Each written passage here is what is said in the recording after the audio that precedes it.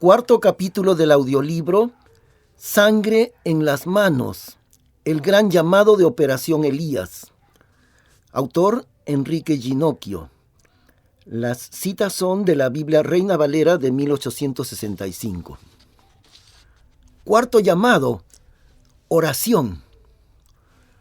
Los creyentes en Cristo en América Latina aún no hemos vislumbrado las cosas extraordinarias que Dios ha de traer cuando oremos de una manera unida y a gran escala. Se trata de un poder que rebasa toda medida, el mismo poder que venció al soberbio imperio de Egipto para dejarlo del todo destruido, mientras el pueblo de Dios, sin usar arma alguna, salía victorioso y libre. Éxodos capítulo 3 al 14. Aquel brazo divino desplegado para destruir por medio de 300 israelitas a un ejército de 120,000 enemigos. Jueces capítulo 6 al 8. Podríamos citar uno por uno los portentos de Dios que no tienen número. Lo único que impide que este medio continente de habla española se levante ardorosamente para producir la última gran ola misionera de la historia de la Iglesia es la falta de fe, la falta de visión, porque los recursos ya los ha puesto Dios, es decir, su potencia divina desplegada por la obra del Espíritu Santo, la cual obrará únicamente cuando los hijos de Dios estén listos a acudir al llamado de oración. La miseria espiritual y la complacencia propios del tiempo actual de la Odisea, la iglesia inservible, han de ser quitados de en medio. Los obstáculos son gigantescos, pero ninguno de ellos tan grande que no pueda ser enfrentado por el poder de Dios. Primer obstáculo, la falta de fe y de visión. Por eso ha sido escrito este pequeño libro. Personalmente me deja asombrado cómo Dios tiene listos todos los elementos necesarios cuando es el momento de una revolución espiritual. Para la gran expansión del Evangelio en el primer siglo, Dios tenía preparado un extenso y muy desarrollado sistema de caminos en el Imperio Romano, además de que la mera existencia de este imperio facilitara que el Evangelio corriese rápidamente. Más adelante, para el surgimiento de muchas traducciones de la Biblia y que el hombre más sencillo pueda leerla, Dios había anticipado la invención de la imprenta. Así, Dios ha hecho surgir los medios digitales y las redes sociales precisamente para este gran despertar en América Latina. Por ejemplo, en el Perú, un país todavía bastante pobre, generalmente la persona más sencilla y de pocos recursos ya utiliza un smartphone donde puede recibir audios y videos y participar en reuniones virtuales. Muchos no tienen internet en casa, pero sí lo alcanzan en su celular. Solo unos pocos años atrás no existía tal conectividad. Sangre en las manos, este libro, estará disponible en internet de manera completamente gratuita, de tal manera que muchas personas a quienes dificultosamente les llegaría un libro impreso podrán leerlo de manera electrónica en cualquier lugar. Pero la conectividad es un aspecto que favorece únicamente la difusión. Para que el pueblo de Dios llegue a adquirir tal fe y tal visión, eso solo se puede alcanzar mediante la oración. Y aquí interviene algo que podríamos considerar como una ley espiritual, la ley de la multiplicación en labios del Señor Jesús. Porque a cualquiera que tiene se le dará y tendrá más, mas al que no tiene, aún lo que tiene le será quitado. Mateo 13:12. Operación Elías ha empezado de manera muy pequeña. Lo importante es que interviene una fe muy grande. Dios multiplicará los resultados según esta promesa de que Él bendecirá y añadirá a lo que el hombre responde ante su palabra. Cuando se unen miles y miles de sus hijos en un solo clamor de oración a lo largo y ancho de un país, hemos de esperar portentos divinos de un alcance nunca visto. Ahora bien, pueden existir muchos y muy diversos motivos en el clamor de oración a nuestro Dios, pero Operación Elías solamente tiene 3 de ellos muy bien definidos. En primer lugar, por el campo de los incrédulos, que Dios abra una puerta grande y eficaz, 1 Corintios 16:9, para la salvación de millones de personas. En segundo lugar, por el campo de los creyentes, que se produzca un genuino regreso a la Biblia, un gran avivamiento espiritual. En tercer lugar, por el campo misionero mundial, que Dios levante de América Latina incontables misioneros a las etnias no evangelizadas. Además, oración sistemática por los lugares no alcanzados. También se hace necesario indicar cuáles de ellos no son parte de la oración. No es la prosperidad económica del país. No es la entrada de los cristianos al campo político. No es la formación de un poderoso conglomerado de iglesias. Y en la forma de objetivos, reiteramos aquellos que ya fueron indicados. Un gran movimiento nacional de oración que produzca un regreso a la Biblia, que produzca un envío de misioneros sin precedentes del Perú al campo mundial no evangelizado. El mismo proceso en otros países de América Latina. Segundo obstáculo, la oposición de los líderes denominacionales. Sería ilusorio pensar que todos ellos apoyarán. No importa cuánto se opongan, eso no afectará el poderoso movimiento de Dios, producto de una oración unida, llena de fe y llena de obediencia. Si revisamos, por ejemplo, los resultados de la gran victoria de 300 israelitas contra 120,000 orientales, hallamos que 3 grupos diferentes del mismo Israel se opusieron tenazmente contra Gedeón, a pesar de que él había hecho exactamente como Dios le dijo. En Jueces 7, 16 al 25 y 8:1, de 5 al 7 y 8 al 9.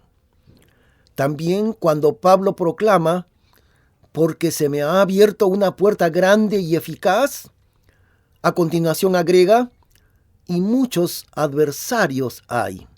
1 Corintios 16:9. Tercer obstáculo, el campo de los creyentes plagado de desviaciones de la Biblia.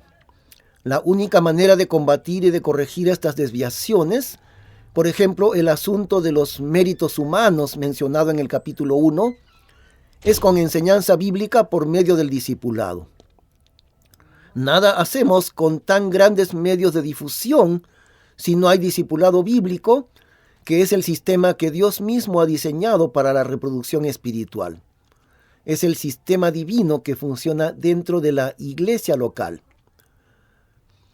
Y lo que has oído de mí entre muchos testigos, esto encarga a hombres fieles que serán idóneos para enseñar también a otros.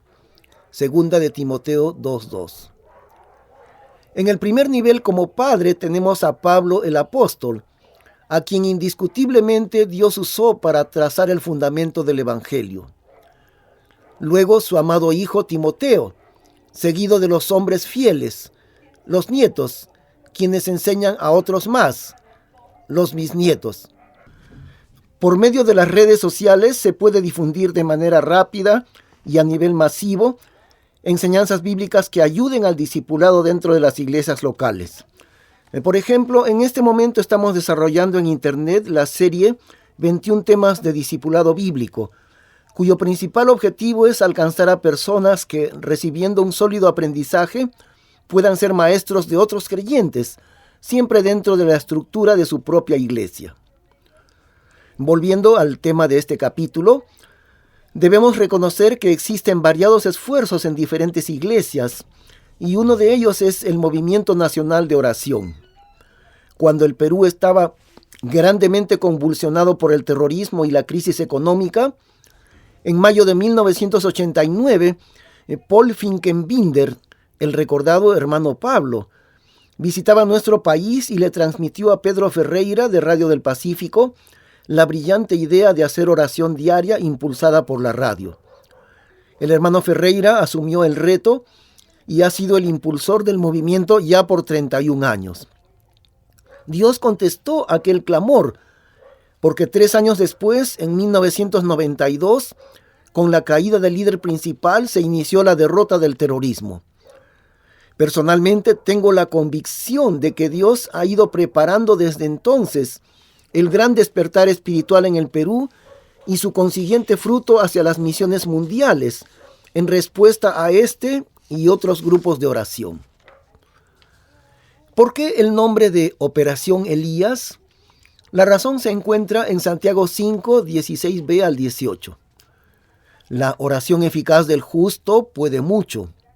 Elías era hombre sujeto a semejantes pasiones que nosotros, y rogó con oración que no lloviese, y no llovió sobre la tierra por 3 años y 6 meses. Y otra vez oró, y el cielo dio lluvia, y la tierra produjo su fruto. Observemos que Elías está puesto como ejemplo de la oración eficaz. Un solo profeta actuando en medio de la gran apostasía de Israel, pero con él se desplegó la mano divina sobre la nación entera. Y aquí debemos resaltar la manera como Dios actúa a través del hombre, a pesar de nuestra gran imperfección. Porque Dios no envió la sequía hasta que Elías se lo pidió. Tampoco abrió los cielos otra vez hasta que Elías le rogó. Igual en el caso de Moisés. El Señor no daba curso a las plagas sino hasta cuando Moisés extendía su vara.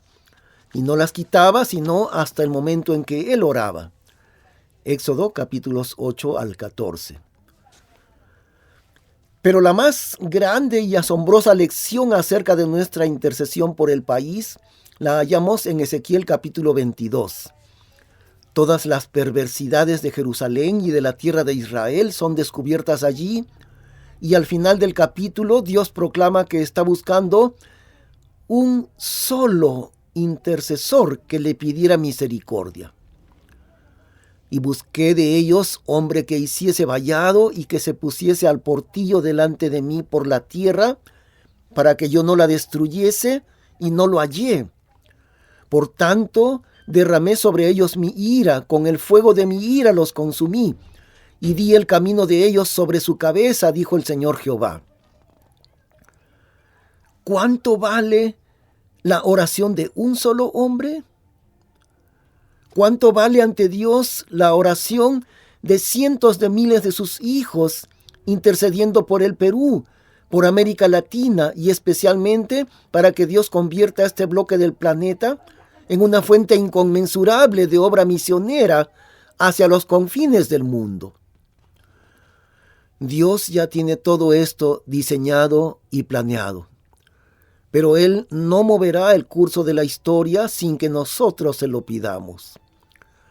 Él no lo hará hasta que su pueblo adquiera la visión y consiguientemente se postre y clame de día y de noche por la salvación de los peruanos, por el arrepentimiento de los creyentes y por el gran llamado al campo misionero mundial. Un programa de oración a tal escala nunca se ha llevado a cabo. El Perú y toda América Latina tienen características muy especiales en medio del mundo. Muchas cosas grandemente negativas como el espíritu de desunión, a veces la absoluta falta de respeto a las normas, la informalidad en todos los aspectos, la corrupción generalizada entre los que tienen autoridad. Y como ya lo hemos examinado, entre los cristianos la complacencia y la aborrecible tibieza propia del tiempo de la Odisea. ¿Cómo puede revertirse semejante situación? No contamos con que todos los cristianos en América Latina responderán, ni con que todos hayan de cambiar, pero sí con que la dimensión tan grande del llamado de Dios ha de ser lo suficientemente poderosa para generar una revolución espiritual inigualable. Mientras tanto, los enemigos serán muchos y los problemas parecerán insalvables. Siempre ha sido así en la historia bíblica. y al mismo tiempo siempre se ha llegado a cumplir en cada caso la voluntad divina. Cuarto obstáculo, la falta de unidad. Aquí necesitamos definir con cuidado qué entendemos por unidad. En primer lugar, la unidad no es formar una superorganización de iglesias. Nada más equivocado que esto, lo cual con mucha frecuencia es aprovechado por los astutos líderes políticos, quienes dentro y fuera de las iglesias quieren manipular a los evangélicos para sus propios fines. En segundo lugar, la unidad no significa cambiar el diseño perfecto de Dios, la iglesia local. Nada puede reemplazar ese diseño divino, ni la humana creación de las denominaciones, que grandes o pequeñas hay por todos lados, ni las llamadas instituciones paraeclesiásticas. En tercer lugar, la unidad ha de funcionar por la división que produce la Biblia. En realidad esto se produce de manera automática. Cada vez que la Biblia ha sido proclamada, predicada de manera poderosa, ella misma ha causado una división. Lo vemos claramente con el Señor Jesús. Su palabra provocaba una tajante división. Los que creyeron en Él y le amaron hasta la muerte, y los que le aborrecieron hasta llevarlo a la cruz. En cuarto lugar, la unidad significa estar de acuerdo sobre la base de la Biblia y trabajar con los mismos objetivos bajo la estructura de Dios, la iglesia local. De allí la importancia tan grande de capacitar a los creyentes por medio del discipulado bíblico, el cual consiste en perfeccionar a los santos desde su inicio como creyentes hasta su madurez plena como siervos de Dios. ¿Cuáles son las maneras prácticas en que podemos orar? Hay diversas formas y vamos a mencionar algunas de ellas.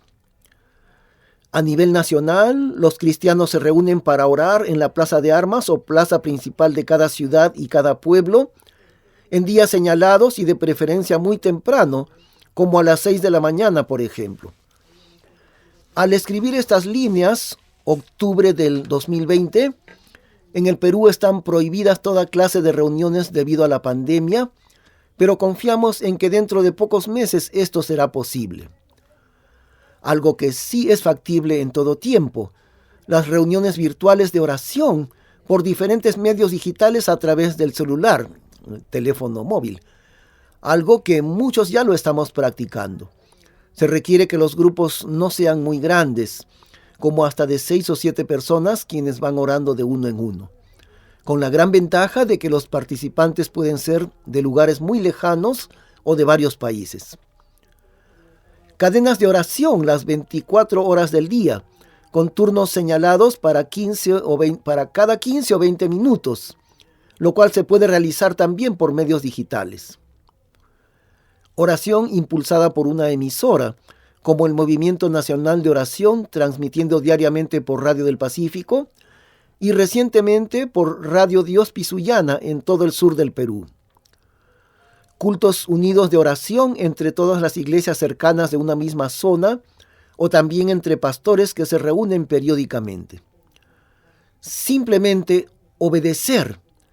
Eso es lo que Dios espera de nosotros.